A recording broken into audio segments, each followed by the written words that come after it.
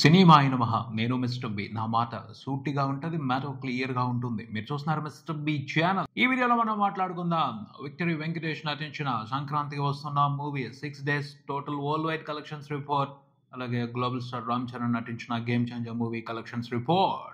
ఊహించినట్టుగానే Sankranthiki Vasthunna movie దుమ్ము దులిపేసిందంటే మామూలుగా దుమ్ము దులపటం కాదు, ఏ రకంగా రెచ్చిపోయింది అంటే ఆల్ టైమ్ రికార్డ్ పడిపోయింది. 6వ రోజున 2 తెలుగు రాష్ట్రాల వరకు సినిమాకి. ఇది మాత్రం కంప్లీట్ గా ఎక్స్పెక్ట్ చేయని సంచలనమే. ఆల్ టైమ్ రికార్డ్ పట్టడం ఏంటి, అదే ట్రిపుల్ ఆర్ రికార్డ్ ని బ్రేక్ చేసి ఆల్ టైమ్ రికార్డ్ పెట్టడం ఏమిటి? ట్రిపుల్ ఆర్ మూవీ అంటేనే ఓ ప్రత్యేకమైన సినిమా. ముగ్గురు ఆర్లు ఉన్నారు, ముగ్గురు తోపు స్టార్స్ ఉన్నారు. ఆ సినిమా క్రియేట్ చేసిన రికార్డుని ఒక మీడియం బడ్జెట్ సినిమా బ్రేక్ చేయటం అనేది నిజంగా వండర్ అనే చెప్పాలి. అనిల్ రావిపూడి మిరాకిల్ అనే చెప్పాలి. 6వ రోజున తెలుగు ఫిలిం ఇండస్ట్రీ హిస్టరీలో 2 తెలుగు రాష్ట్రాల వరకు ఇంతకు ముందుల ఏ సినిమా కూడా 10 కోట్లకు పైన షేర్ చూడలేదు. 2 తెలుగు రాష్ట్రాల్లో కలిపి. ఆర్ఆర్ కూడా సాధ్యం కాల. ఓ 50 లక్షలు కొరత పడింది. 9.5 కోట్లు మాత్రమే 6వ రోజున 2 తెలుగు రాష్ట్రాల వరకు ట్రిపుల్ ఆర్ మూవీ రిపోర్ట్ చేసింది నెంబర్ షేర్. సంక్రాంతికి వస్తున్న మూవీ 6వ రోజున 2 తెలుగు రాష్ట్రాల వరకు రిపోర్ట్ చేస్తున్న నెంబర్ 14 కోట్లు ఉంది. గ్రాస్ 18 కోట్లకు పైన ఉంది. నిజంగా ఇది బ్రహ్మాండమైన గొప్ప. ఎందుకంటే ట్రిపుల్ ఆర్ మూవీకి రేట్లు ఎక్కువగా ఉన్నాయి. 6వ రోజు అంటే టికెట్ రేట్లు తగ్గిపోలా, గట్టిగా పెంచి ఇచ్చారు. అప్పుడు సంక్రాంతికి వస్తున్న మూవీకి రీజనబుల్ గా మాత్రమే ఉన్నాయి రేట్లు. కాకపోతే ఆక్యుపెన్సీస్ ఉన్న షోలన్నీ కూడా ఫుల్ అయిపోవడం, అది మ్యాజిక్. 6వ రోజున కూడా చాలా చోట్ల 100% ఆక్యుపెన్సీ, హౌస్ఫుల్స్ మీద హౌస్ఫుల్స్. ఆన్లైన్ బుకింగ్ చూసుకుంటేనే 80% బుక్ అయిపోతున్నాయి. ఓ 20% మాత్రమే టికెట్ కౌంటర్స్ దగ్గర సేల్స్ అయ్యాయి. టికెట్లు దొరికితే ఒట్టు. 6వ రోజున కూడా టికెట్ మొక్కలేదు 2 తెలుగు రాష్ట్రాల వ్యాప్తంగా సినిమా ఆడుతున్న థియేటర్స్ దగ్గర. నిజంగా ఇది వండర్ఫుల్ సంచలనం అంతే. అనిల్ రావిపూడి మిరాకిల్ అంతే. గ్రేట్. చాలా పెద్ద రికార్డ్ ఇది. అసలైన సెలబ్రేషన్ ఇది. అసలైన వండర్ఫుల్ సక్సెస్ ఇది మూవీకి, మూవీ టీమ్ కి. ట్రిపుల్ ఆర్ ను కొట్టి ఆల్ టైమ్ రికార్డు పెట్టడం ఎక్సలెంట్, ఎక్సలెంట్ అంతే. That is power of family audience. అది ఫ్యామిలీ ఆడియన్స్ తలుచుకుంటే అలా ఉంటది లెక్క. సండే కూడా మొత్తం ఫ్యామిలీస్ వచ్చాయి సినిమాని చూడటానికి. వరదలా వచ్చారంతే థియేటర్స్ కి. ఆ కళే వేరు, ఆ జాతరే వేరు. సూపర్ గా ఉంది అసలు ఆ థియేటర్ లో పండగ వాతావరణం. పండగ అయిపోయింది. 3 రోజుల తర్వాత పండగ మూడ్ లో నుంచి జనాలందరూ బయటకు వచ్చేసారు. కానీ సంక్రాంతికి వస్తున్నాం థియేటర్స్ లో మాత్రం సంక్రాంతి పండగ ఉత్సవం 6వ రోజు వరకు కొనసాగింది. 6వ రోజున కూడా బ్రహ్మాండంగా సంక్రాంతి పండుగ జరుగుతుంది సినిమా థియేటర్స్ లో. 6వ రోజున కనిపించిన రెస్పాన్స్ ను బట్టి ఒక్కటే చెప్పాలనిపించింది, ఈ సినిమా హిట్ కాదు, సూపర్ హిట్ కాదు, బ్లాక్ బాస్టర్ కాదు, ఈ సినిమా హెవీ బ్లాస్టర్ అని. ఎస్, హెవీ బ్లాస్టర్, భారీ బ్లాక్ బాస్టర్ అంతే. 6 రోజులకే లెక్క చూసుకుంటే నియర్లీ 200 కోట్ల వరకు గ్రాస్ వచ్చేసింది. 200% ఇన్వెస్ట్మెంట్ రికవరీ అయింది. రూపాయికి 2 రూపాయల లాభం. అది 6 రోజుల్లోనే. ఇంకా రన్ ఉంది. ఇంకొక 20 రోజుల పాటు రన్ ఏమాత్రం తగ్గకుండా ఉంటది. మామూలు బీభత్సం కాదు, అన్బిలీవబుల్, అల్టిమేట్ బీభత్సం. ఈ బీభత్సం జరగడానికి కారణం అనిల్ రావిపూడి ఆడియన్స్ సరిగ్గా అంచనా వేయటం. ఆడియన్స్ అనిల్ రావిపూడి కోసం, అతను క్రియేట్ చేసిన ఎంటర్టైన్మెంట్ కోసం థియేటర్స్కి రావటం. ఫ్యామిలీ ఆడియన్స్ విజృంభణ ఇది. ఫ్యామిలీ ఆడియన్స్ ప్రభంజనమే ఇది. మాస్ ఆడియన్స్ కాదు. మాస్ ఆడియన్స్ కంప్లీట్ సైలెంట్ అయిపోయారు.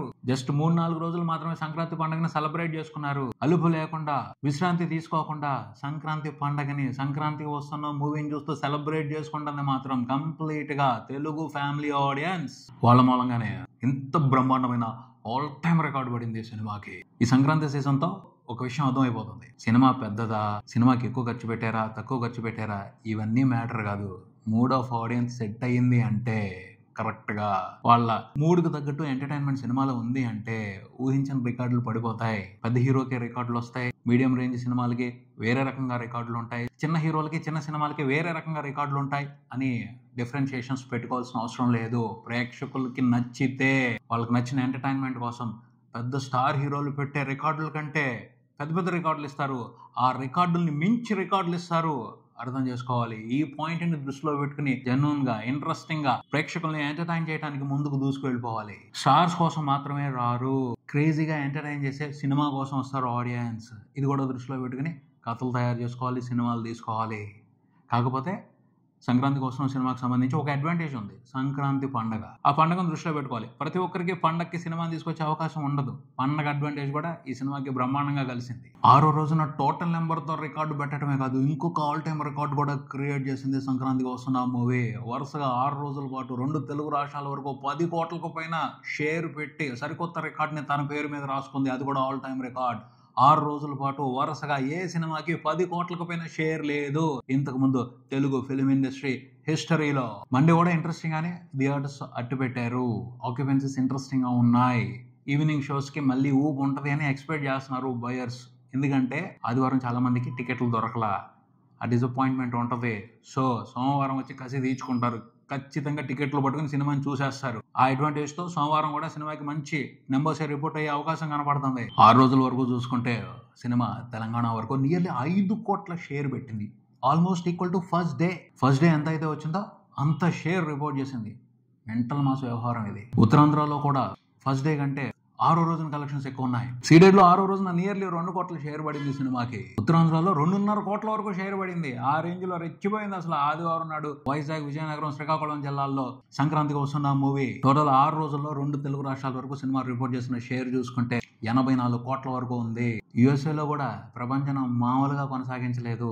$2 మిలియన్ మార్క్ ని క్రాస్ చేసేసింది. ఇదో పెద్ద సంచలనం, బ్రహ్మాండమైన సంచలనం. అసలు ఎక్స్పెక్ట్ చేయని రికార్డ్ ఇది. ప్రపంచవ్యాప్తంగా సినిమా టోటల్ గా రిపోర్ట్ చేసిన షేర్ చూసుకుంటే 100 కోట్లు దాటేసింది 6వ రోజుకే. 7వ రోజున రిపోర్ట్ చేసిన నెంబర్ తో ఇంకొక ఇంట్రెస్టింగ్ రికార్డుని రిపోర్ట్ చేయబోతుంది. ఆ రికార్డు గురించి రేపటి వీడియోలో మాట్లాడుకుందాం. కంప్లీట్ చేసిన తర్వాత మాట్లాడుకుందాం. అప్పుడే బాగుంటది. 6 రోజులకే 100 కోట్ల పైన షేర్. సినిమాకి జరిగిన బిజినెస్ 43 కోట్లే. 6 రోజులకే సినిమా ప్రాఫిట్ లెక్క 57 కోట్లకి వెళ్ళిపోయింది. ఇంకా అవ్వలేదు, ఇంకా ఉంది రన్. మన టార్గెట్ తెలుసుగా, 100 కోట్ల ప్రాఫిట్. ఏమాత్రం డిసప్పాయింట్ చేయదు. ఆ విషయాన్ని అయితే ఒమ్ము చేయదు, ప్రూవ్ చేసి చూపిస్తుంది. ఆ రకంగానే ఉంది ట్రెండ్. ఫుల్ రన్ లో కన్ఫామ్ సినిమాతో బిజినెస్ లో ఇన్వాల్వ్ అయి ఉన్న వాళ్ళు మొత్తంగా కలిపి 100 కోట్ల ప్రాఫిట్ ని ఎంజాయ్ చేస్తారు. ప్రతి ఏరియాలోనూ ఇంకా సినిమా చాలా టెరిఫిక్ గా పర్ఫామ్ చేస్తుంది. మండే కూడా వస్తారు ఫ్యామిలీ ఆడియన్స్. ఇంకా చూడాల్సిన ఫ్యామిలీ ఆడియన్స్ చాలా మంది ఉన్నారు. సినిమా బాగుంది అన్న టాక్ స్ప్రెడ్ అయింది, కానీ టికెట్లు దొరకటం లేదు అని ఆగి వెయిట్ చేస్తున్న వాళ్ళు చాలా మంది ఉన్నారు. మండే నుంచి వాళ్ళు మొదలవుతారు. వీక్ డేస్ అంతా వాళ్ళు ఈవినింగ్ షోస్ కి సరైన సపోర్ట్ ఇస్తారు.